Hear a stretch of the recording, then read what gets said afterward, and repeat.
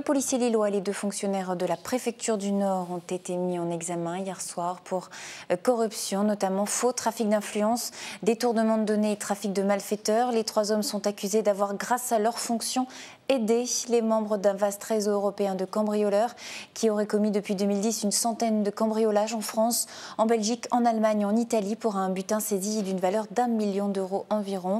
Le policier chef de groupe à la Sûreté urbaine de Lille aurait notamment divulgué des informations personnelles contenues dans certains fichiers de la police nationale aux malfrats. Une affaire qui fait du bruit. Le procureur a insisté sur la gravité des faits, tout en rappelant qu'il s'agissait d'un acte isolé. Ce n'est pas un coup dur car il s'agit de faits isolés qui n'impliquent absolument pas la police nationale dans sa globalité, à Lille ou ailleurs, et absolument pas la préfecture. Il s'agit de faits isolés commis par des individus isolés. Bien évidemment, le rôle en pareil cas du procureur de la République, c'est de faire des enquêtes. Le rôle du juge d'instruction, c'est de poursuivre l'enquête et nous poursuivrons quelle que soit la position de ces personnes. C'est la raison pour laquelle j'ai demandé leur placement en détention provisoire. Les peines encourues sont des peines extrêmement graves car ça peut aller jusqu'à 10 ans d'emprisonnement et 150 000 € d'amende.